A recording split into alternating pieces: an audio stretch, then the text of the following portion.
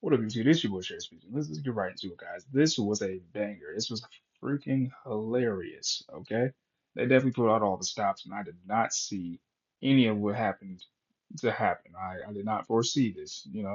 Call me the ancient one because this shit was way out of my fucking foresight. You know what I'm saying?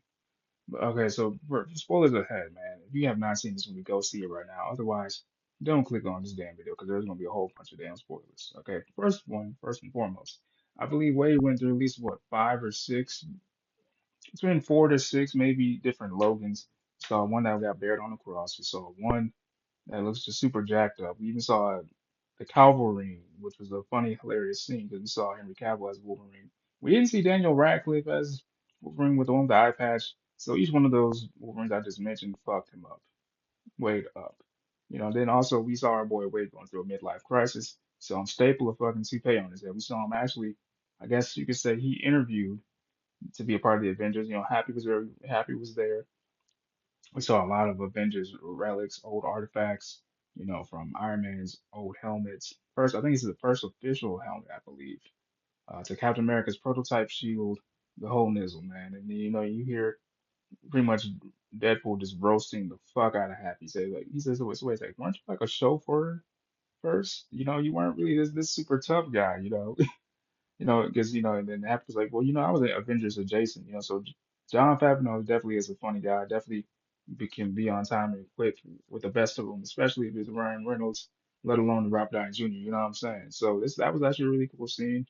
Like I said, he was going through a midlife crisis. He wanted to feel as though he was important. He was a part of something.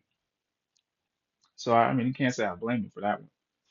And then also, the TVA arrived, the Time Variant, Association. We saw Paradox, and also Wade Wilson got some damn dance skills, man. Ryan Reynolds definitely does. He definitely was killing that NSYNC choreography top notch. I don't know if it was one of the NSYNC members that were doing it or if it was Ryan Reynolds himself, but nonetheless, that shit was fucking hilarious. I was in stitches over that for sure.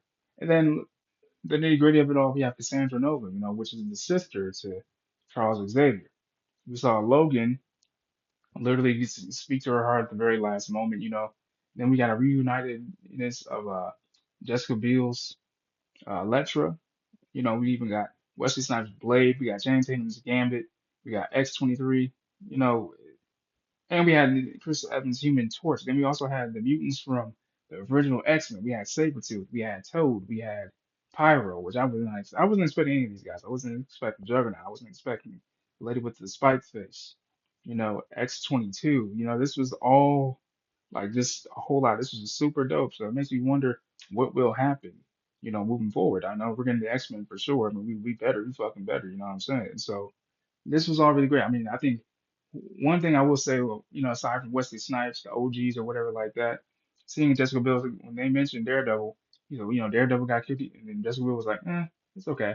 That was hilarious too, but then also it's just like, shots fired. But it was just so cool because it's like, yo, Channing Tatum really nailed Gambit. Remy LeBeau, let me fucking tell you straight up, like he definitely had the accent for sure. Somebody better tell me something, or else I'm gonna start dealing.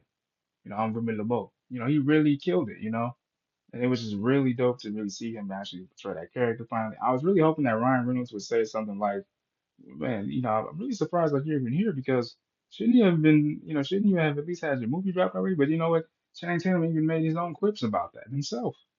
So I guess that made up for it. It's only right to have the actual actor himself address why the fuck he never had a standalone movie yet. So that was really cool, man. I did not catch the last scene of it all because I had to go take a piss because I was holding it. But I do know I did catch the last scene and we did see Chris Evans, Johnny Storm, talk his shit, to Cassandra Nova, and the whole nine. And not to mention it's cool to see that the Juggernaut actually was involved. Vinny Jones came back to portray the Juggernaut, and you had to see his helmet actually hit the damn skull of Cassandra Nova just for him to stop fiddling with their fucking brains, literally. Because that was really creepy. I'm like, okay, that's really something else right there. Then we had the paradox too. He had his own little weapon that he wanted to use just because he wanted to wipe out. No, he didn't want to wipe out all the existence, but he wanted to keep things, I guess, because you know what they like to say. A lot of times the villain has the right perspective. You know what I'm saying? Whereas the hero's, perspective is often flawed.